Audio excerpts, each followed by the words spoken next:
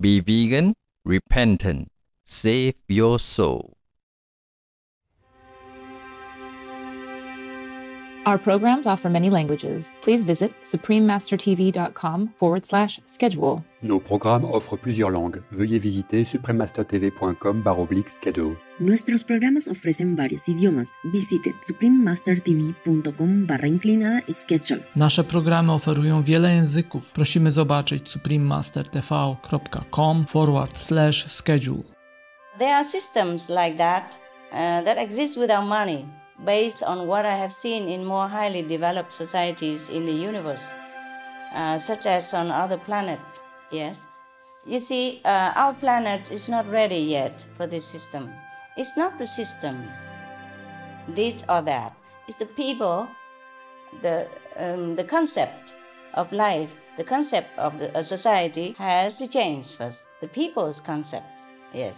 Once they make a switch to change into a more sociable, more neighborly, more like global family-like, then that kind of exchanging system will automatically come to realization. Please stay with us to find out more.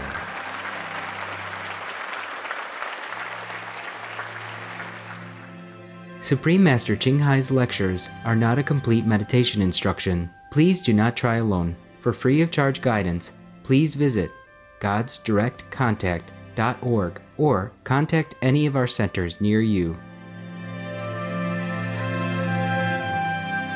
Today's program will be presented in English with subtitles in Arabic or Laxis, also known as Vietnamese, Chinese, Dutch, English, French, German, Hindi, Hungarian, Indonesian, Italian, Japanese, Korean, Mongolian, Persian, Polish, Portuguese, Punjabi, Romanian, Russian, Spanish, Thai, Turkish, and Urdu.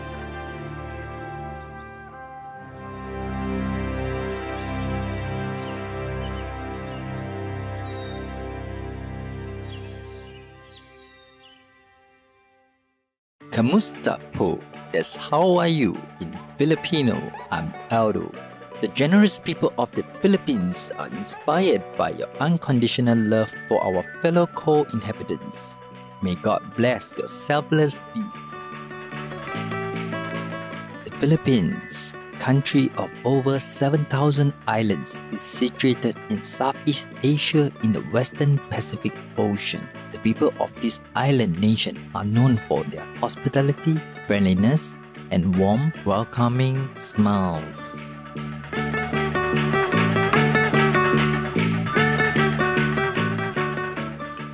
This nation boasts 19 recognized regional languages and many different ethnic groups. You can experience a lively melting pot of cultures at the many colorful festivals held throughout the year. Adik Adian festivals in the Aklang Karyawan, Festival in Davao, and Mascara Festival in Bacolod are some of its most vibrant celebrations.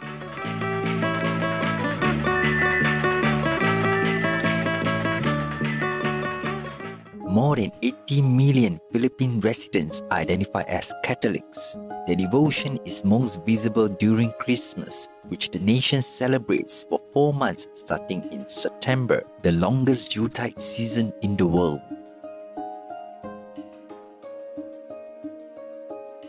From breathtaking mountains to tropical beaches with crystal clear waters, you will find an abundance of gorgeous natural scenery wherever you turn. The country is also loved for its remarkable array of flora and unique animals like the mouse deer and the flying lemur, also known as the colugo. The colugo has no wings but can fly or glide rather up to 100 meters in a single leap. It is one of the many species of adorable mammals that call the Philippines their home.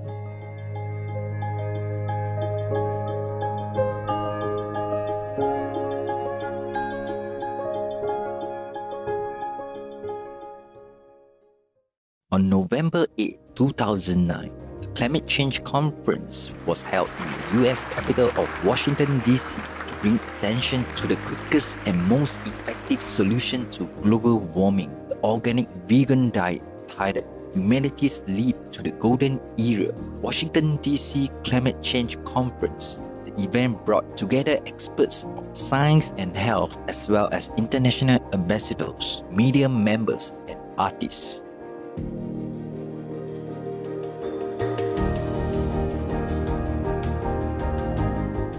In addition, engaging video messages on the need to address global meat consumption were contributed by esteemed figures including former Indian Environment Minister Maneka Gandhi, former European Parliament member James Ohm, and leading American nutrition scientist Dr. T. Colin Campbell. The highlight of the afternoon was an informative question and answer session via conference with the guest of honor, Supreme Master Ching Hai, who had graciously set aside a busy schedule to discuss ways that humankind could transition toward a brighter era. We now invite you to join us for part 15 of the rebroadcast of the live conference with Supreme Master Ching Hai titled Humanity's Leap to the Golden Era, Washington DC Climate Change Conference on November 8, 2009 in Washington DC, USA.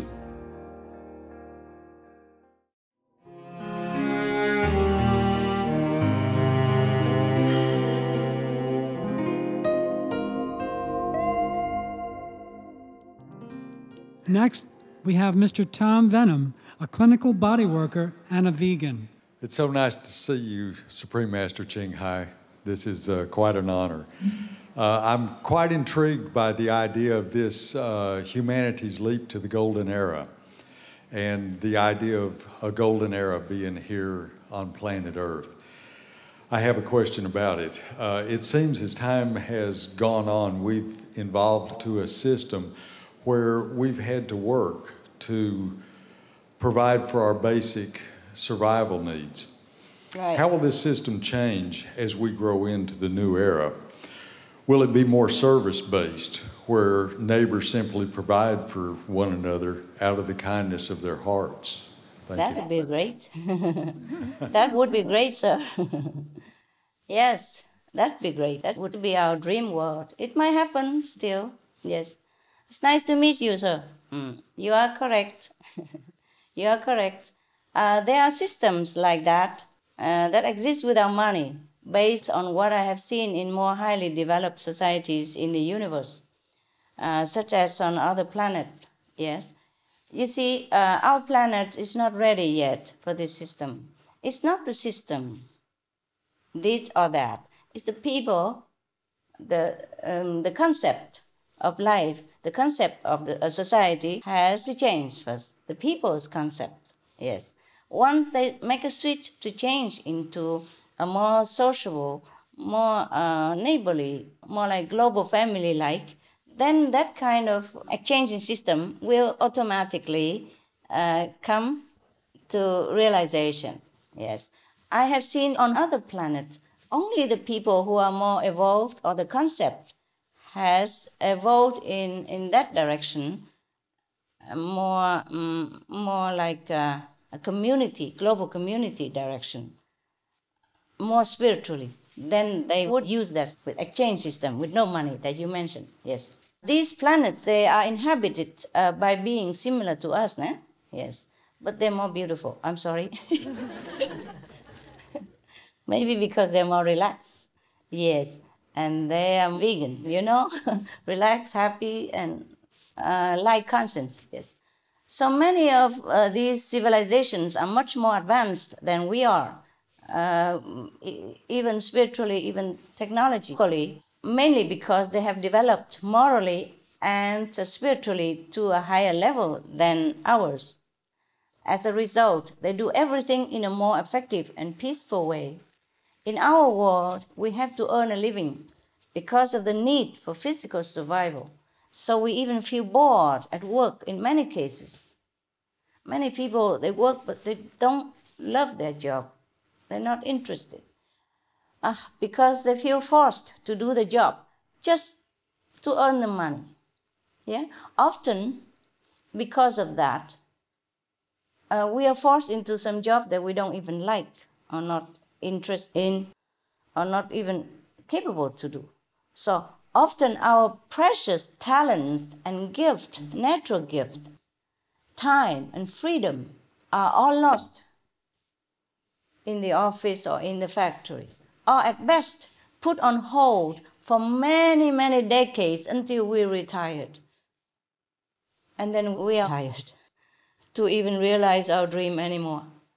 Or we are too sick for the whole lifelong of service and being poisoned by being misled into eating meat, cigarette, or whatever. Yes. So when we retire, we're really tired. So all our talents, ability, energy are lost just for maybe a few dollars an hour. And we are the children of God, eh?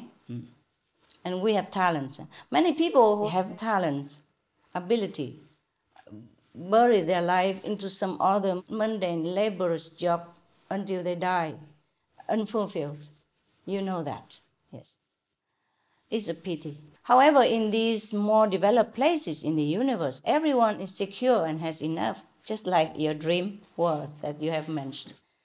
They work, but are able to choose which talents and abilities to share and contribute to the society. Because they do that, so they do their best, because they do what they love to. They have choices, see? Instead of working for money, they produce for the honor and pleasure of contributing. They bring the fruits of their labor or their talents, like their harvest or their services, to a place where they can exchange them with one another for the goods they need. This could be a goal that our world could look forward to. These people in those societies, they can enjoy a lot of time for their leisure and developing their hobbies and their talents, etc., and discover their dormant capabilities as well. So therefore, in such societies, there are many wonderful inventions have been born. And many wonderful things happen because people are relaxed and do what they do best. No one ever worries about lacking physical necessities, so their lives are full of freedom and happiness. Doesn't that sound wonderful, sir? Yes. Sound wonderful to anybody? Yes.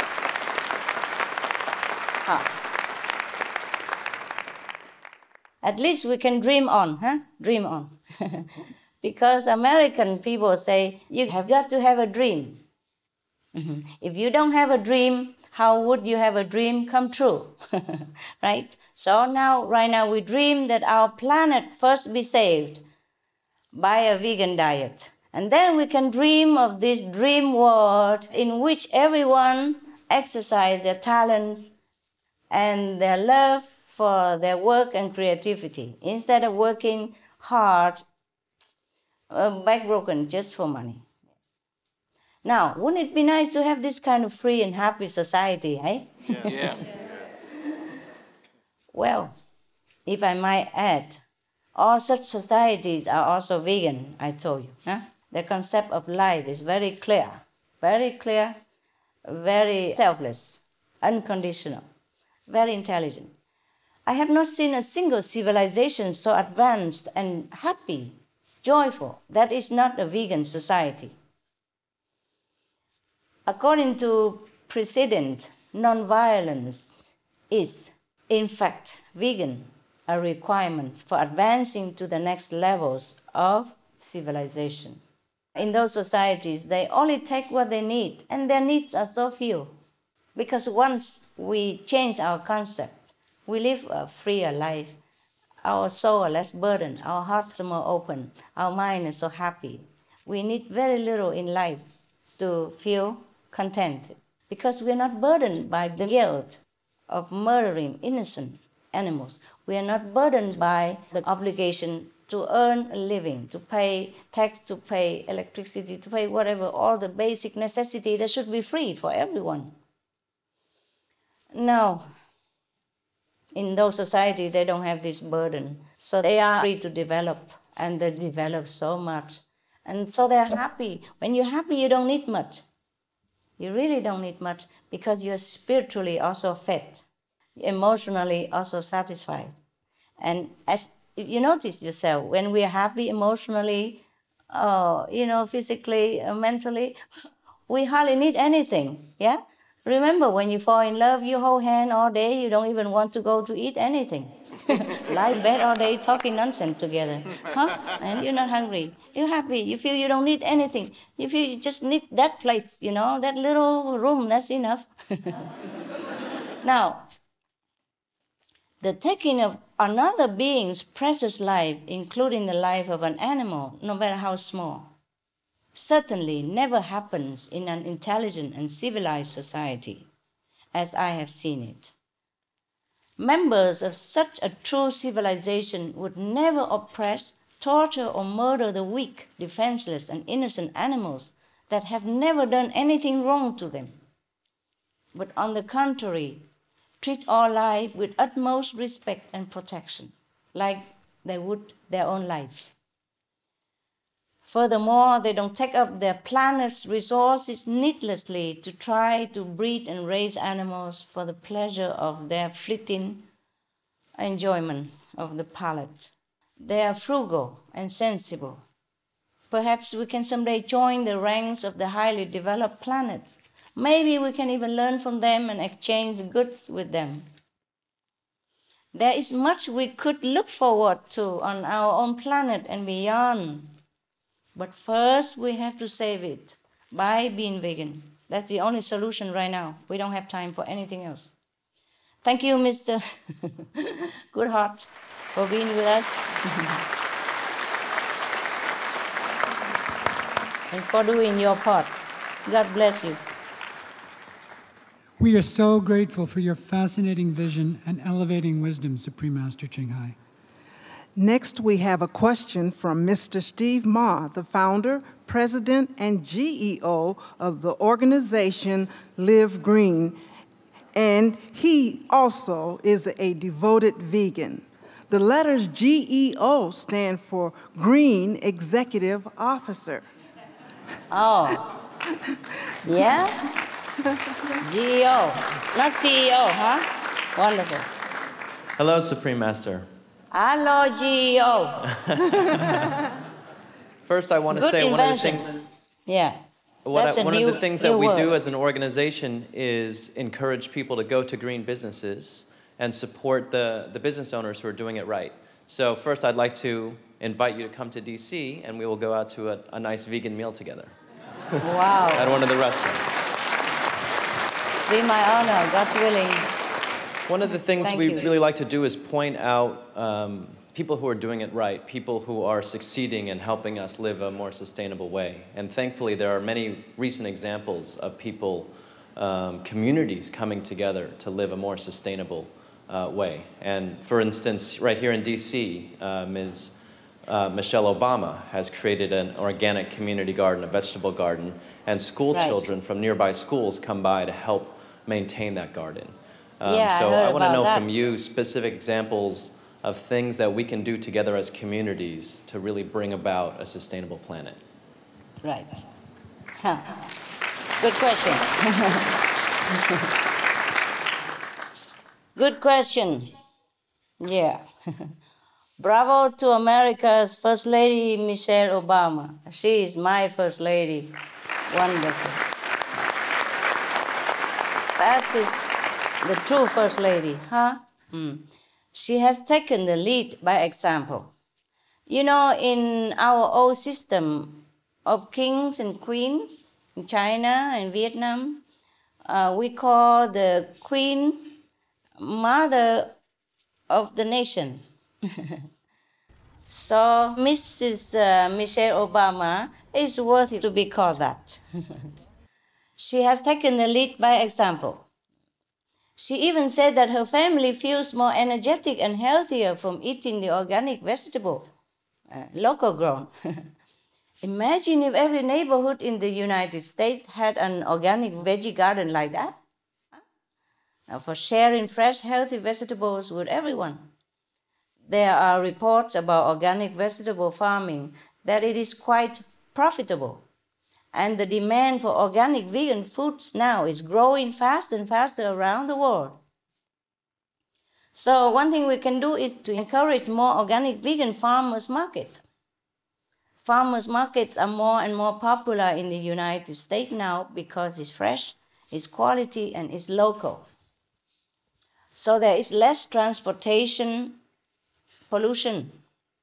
But interestingly, studies show that eating locally is not as good as eating vegan. For example, scientists at Carnegie Mellon University calculated that a vegan diet reduces over 7 times the emissions compared to a 100% local meat diet. So, see, eating vegan is better than eat local even, local meat. In Spanish, local means crazy. We don't eat local meat. Now, in another study, Foodwatch in Germany found that switching from a meat diet to an organic meat diet saved only 8% of emissions. But switching to a non-organic vegan diet, even non-organic vegan diet, reduced 86% of emissions. So we save the planet by being vegan, even non-organic even. So actually, organic is good. Local is wonderful. But the first step is at least being vegan, organic or not. Organic, of course, is the best. Because when we plant all the tillable acres on our planet organically, then the CO2, the carbon dioxide, which exists already in our atmosphere, will be absorbed 40%. And the other 60% we take care by being vegan. Then we are happy. Our planet definitely will survive. Now, the vegan lifestyle is the greenest lifestyle. Right or not? Yes? Yes. Thank you. Thank you. Good children of God. Because even organic meat is actually not eco-friendly at all. It requires even more land and more energy than the non-organic meat in meat farming. Can you believe that? So it doesn't even help to try to raise animals organically. The so-called sustainable free-range organic poultry, for example, needs 20% more energy and has a 20% higher, bigger impact on global warming than non-organic poultry farms. Think about that. So we have been misled all the time. This is a terrible thing about this negative power in this world. It makes us believe things that are not good for us at all. From now on, we have to try to do research and believe only what's good for us. And we have to research until we really find that this news, this information is truly reliable and believable. By example, by proof. Otherwise, just don't listen to anything anybody else says if they don't prove it. Similarly, organic eggs were found to have 14% higher carbon footprint than non-organic eggs. So there we are. And even though you don't use fertilizers, the benefit could be cancelled out because of the increased land use. Therefore, only the vegan lifestyle is truly sustainable. Now, once we become vegan and urge others to join through grassroots seminars, flyers distribution, letters, email, whatever, we could practice sustainability in other ways. As I have suggested before, we could plant organic vegetables and trees. Better still are those fruit trees and nut trees and those vegetables or legumes like beans and stuff that need little water. That we can do research to know which ones need less water, because right now we are short of water as well. We are short of everything right now. So we should be frugal, not to waste precious energy and water. use our own shopping bags even. We encourage sustainable energy development, and we can write or talk to the government and the media and the farmers even, because we really do need all the help from the government, from the media to accelerate the trend. Another good way to quicken our movement to a sustainable planet is to generate more positive energy. Do good deeds and be loving and kind. Expand our loving quality. This is what will create a shield, invincible, to protect us and the planet. Finally, we can pray that divine power manifests on earth to awaken leaders, the media, the influential people, and all the world citizens to take the right steps to preserve our planet, and fast before it's too late. Because at this point, we do need heaven's intervention to save our planet. Not to pray to them to protect us, just to pray so that they awaken everybody to the solution of vegan diet, because that is the solution that will save our planet. If we can do these things, starting with being veg, we would realize not just a sustainable planet, but a real paradise of peace in our lifetime. Thank you, and heaven bless you for being a vegan. A handsome vegan. Thank you, Supreme Master Ching Hai, for sharing your most wonderful and insightful answers to these thought-provoking questions. Thank you.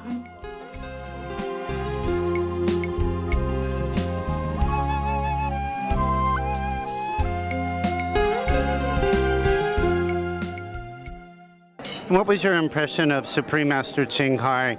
It was the first time I heard her speak.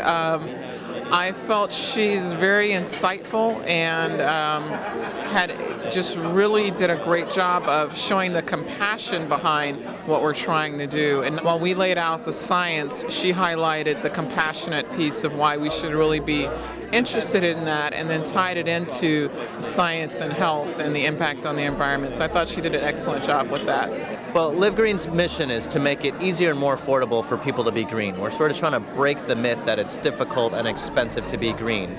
We want to give people really simple, easy ways to be green that are very impactful. And obviously, a vegan diet is sort of one of the easiest things, most impactful things that you can do. And it was wonderful to hear at this conference both the connection to all the environmental problems that livestock have, but also a connection to the solutions, the very easy solutions that people can take, whether it be to fully be vegan or implement a vegetarian lifestyle. This is just one more example of a simple, really impactful thing that people can do to be green. Great. Do you think that conferences such as these are beneficial, and if so, why? Absolutely, it's beneficial. People need to know the truth, and unfortunately there's a lot of misinformation out there. There's a lot of folks that are casting doubt because they want to really stand in the way of progress, and unfortunately a lot of people profit off of the current system. But for us to really create a sustainable planet, something that we can pass on to our future generations in a pristine state, we really need to relook at how we act, how we behave, what we buy, and definitely what we eat. This conference, I thought, did a wonderful job of putting the science out, putting some of the moral arguments out, and really helping people understand that food choices are one of the most impactful things that we can do to make the planet better. And given the fact that you were able actually to speak with Supreme Master Ching Hai today via conference, what was that experience like for you? Well, it was wonderful. She's clearly such a positive spirit. She obviously cares so deeply about humanity, about this planet. Her message is so important, and to be a part of that message and contribute in some small way is really an honor. All information concerning the scientific evidence of climate change and its solution is in Supreme Master Ching Hai's book, From Crisis to Peace, free for download at crisis2peace.org.